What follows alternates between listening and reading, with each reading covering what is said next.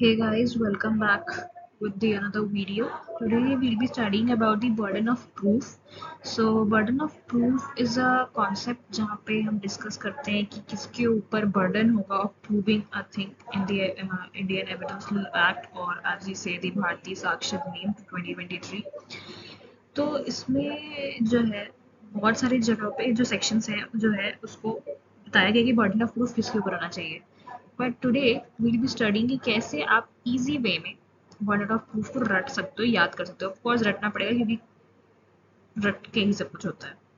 सो पहला burden of proof हम देखेंगे सेक्शन 103 इंडियन एविडेंस एक्ट, जिसमें जो बीएसए में सेक्शन 106 बन गया है.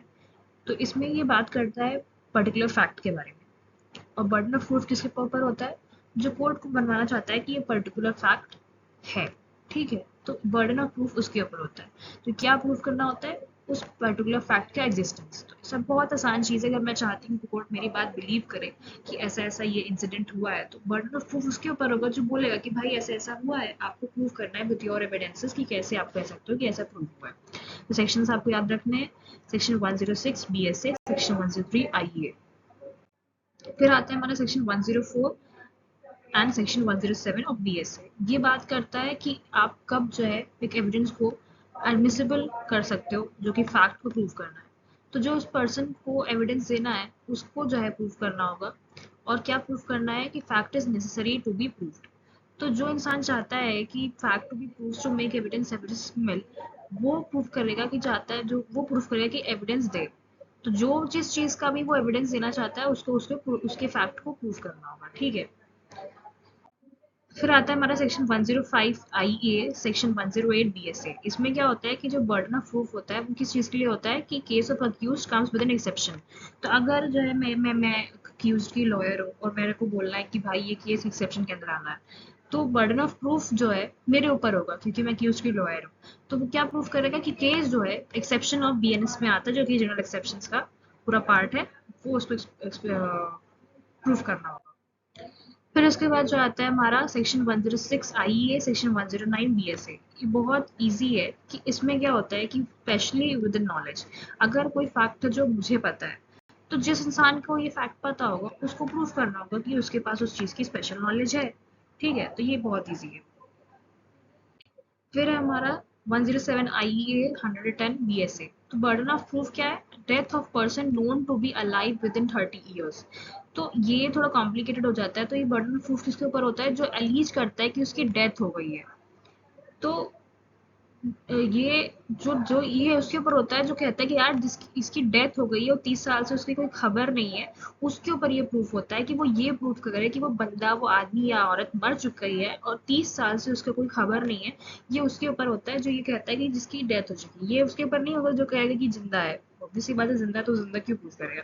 वो ये बोल रहा है कि उसकी 30 साल से कोई भाई नहीं हुआ, उसके ऊपर ये होगा कि हाँ वो मर चुका है, 30 साल के अंदर उसका कोई लाइफ का कोई नोटिस नहीं आया है. ठीक है, कि वो जिंदा है. फिर है हमारा section 108 IEA sorry, and it is section 111 BSA. Burden of proof as to life of person not heard for 7 years. तो बर्डन ऑफ प्रूफ क्या प्रूफ करना है हमें कि 60 साल से आप उस इंसान को बारे में नहीं सुने हो. तो ये किसके ऊपर होता है? जो बोलता है कि अलीजियस लाइफ, कि हाँ जो ये बोल रहा है कि अगर 7 साल वाला है तो ये उसके ऊपर होता है जो बोलता है कि यार लाइफ है, मतलब वो जिंदा है. तो क्या प्रूफ करेगा? The person is alive and no within 7 ईयर्स. फिर section 109 IEA, section 112 BSA. Relation in case of partners, landlord and tenant, principal and agent. अगर आपको ये रिलेशनशिप बताना है तो बर्डन ऑफ प्रूफ उसके ऊपर होगा who affirm that they don't stand relation. मतलब अगर मैं और मेरे साथ कोई पोजीशन है और मैं अगर बोल रही हूँ कि नहीं नहीं वो जो है रिलेशन में नहीं है, तो मेरे ऊपर प्रूफ है कि हाँ ये दोनों लैंडलॉर्ड या टेनेंट नहीं है, या प्रिंसिपल एजेंट नहीं है, या फिर एम्प्लॉयर एम्प्लॉय नहीं है, या पार्टनर नहीं है. तो वो मेरे ऊपर है कि मैं ये बोलूँ कि यार ये दोनों पार्टनर्स नहीं, क्योंकि मैं प्रूफ करना चाह रही हूँ कि ये दोनों पार्टनर्स नहीं है. तो इसमें हमें क्या प्रूफ करना है? That they have not been acting under such relation. फिर आता है हमारा सेक्शन 110 आईए, सेक्शन 113 ऑफ बीएसए, जो कि ओनरशिप के बारे में बात करता है. तो बर्डन ऑफ प्रूफ ऑब्वियसली उसके पास होगा जो बोलेगा कि यार ये ओनर नहीं है, क्योंकि भाई जो ओनर होगा वो थोड़ा ना बोलेगा मैं ओनर हूँ।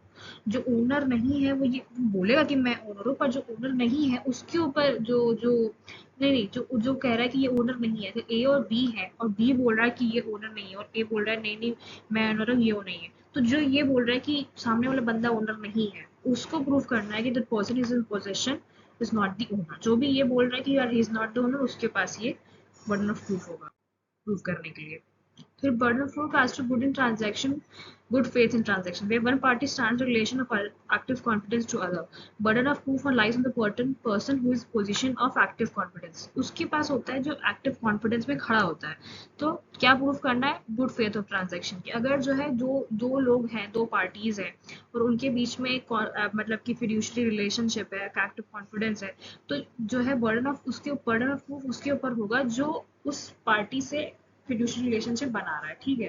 तो इसको क्या प्रूफ करना है कि वहाँ पे गुड फेथ ऑफ ट्रांजैक्शन है, कोई कोई गलत चीज नहीं हुई है, ठीक है। तो उसको ये प्रूफ करना है। तो हमारे ये हो गए बर्डन ऑफ प्रूफ के बहुत इजी वे में। आप उसको टैबुलर फॉर्म में भी कर सकते हो, मैं नहीं कर पाई, बट आप उसको टैबुलर फॉर्म में भी कर सकते हो। And guys do not forget to like share and subscribe my channel, more of such videos will be coming on my channel. और अगर आपको कोई भी वीडियो चाहिए, डू कमेंट डाउन किस पे चाहिए, and I will be making it available to you, ठीक है। Thank you so much and do comment down ये वीडियो कैसा लगा।